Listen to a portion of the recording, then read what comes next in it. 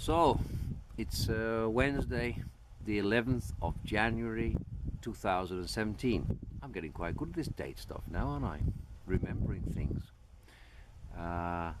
It's about -4, -5, I don't know. Wind is very low, next to nothing, which is a great relief.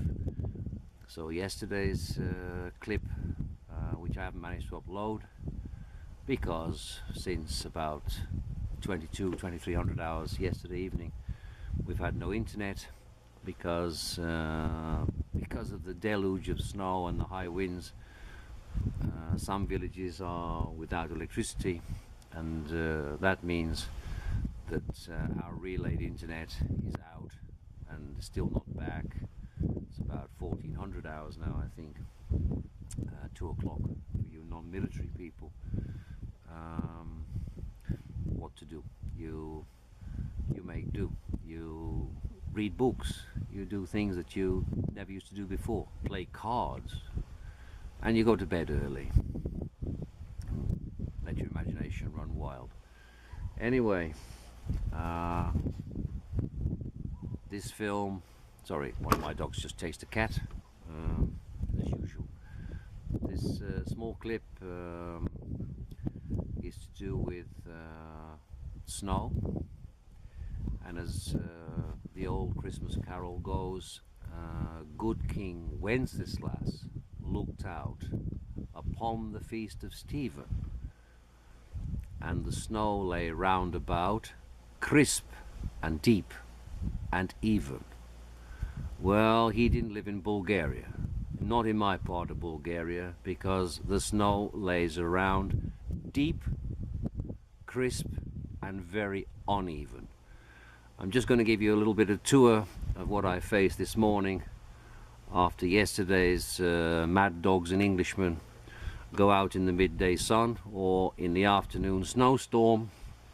And for those of you who get 60 centimeters of snow and are so proud of it because it all lies flat, and you say, oh, in your part of Bulgaria you don't get very much snow. You see what I had to put up with this morning. Okay, I'll fade out and I'll fade back in when I got something to show you. My ladder nearly fell down then.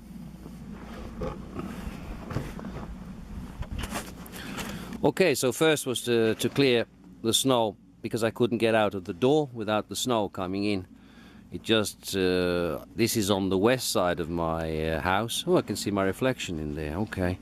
Of course I always got to get a couple of dogs around.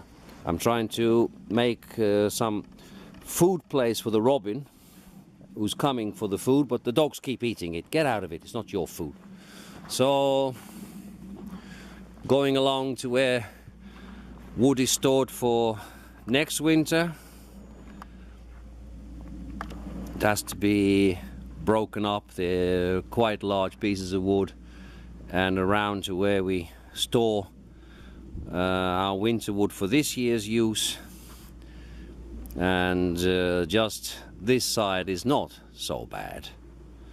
Around the pergola, back to the entrance, to one entrance to my house, the west side entrance, and along the path which you've been with me before when I've done the dogs walking clip. Come away, Sanya. Move your fat bottom. And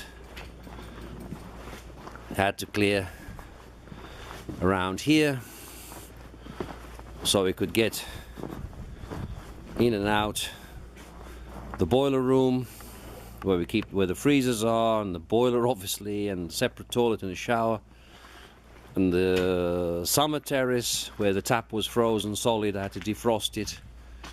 The gazebo or besiedka in Bulgarian is a place where you should be happy. It doesn't look very happy in there at the moment. So now going over to the container house, you can see the follow-on from yesterday's clip where we put, well, Timo put the wood burning stove. He made a really good job on the chimney. It's nice and warm in there. You can see the smoke coming out.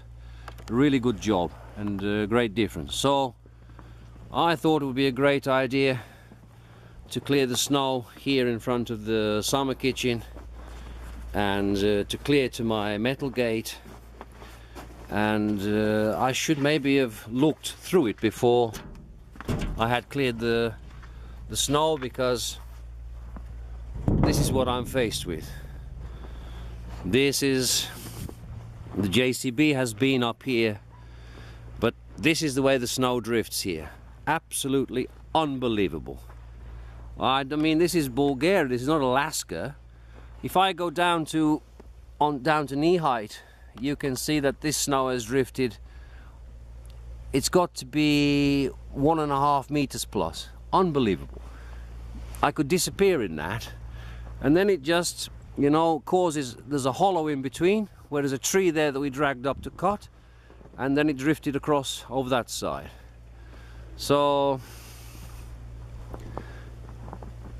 okay, this is not, you know, bragging rights or whatever. Look how much snow we got more than you.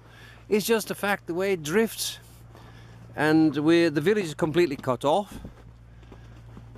It's not so bad for me, but for some of the older people here that rely on their bread supplies, there's no bread getting through, and we can't even get off the, well, we can't get off our territory. You can see here, and this is where the JCB has been through.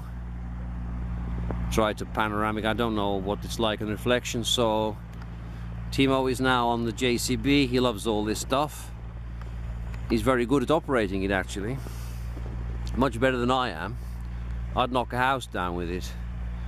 And trying to push a path through. You see here where the cars are, next to no snow. And then you get this huge drift there, right down to the container house, because that's the way the wind blows. So we have to go to get out, because we're right on the edge of the village. To get off the village, we have to go along this road over there to that house which is deserted, and then all the way up that street up there, right to the very end where it meets the village road. We're talking a couple 100 meters, and it's impossible. In the past I've driven over this on well, what they call coffrage. I mean, what's the name of this boards that you use when you're building? I've forgotten what you call it in English. Like skis. Nobody in the village comes to clear the roads. We have to do it ourselves here. This is Bulgaria. No air ambulance is going to come. Nobody can get through. You're on your own. You fend for yourself. But this is the life I chose, and I love it. This is what it's all about. Trying to do something, to survive, to keep warm, food in the bellies. This is what it's all about.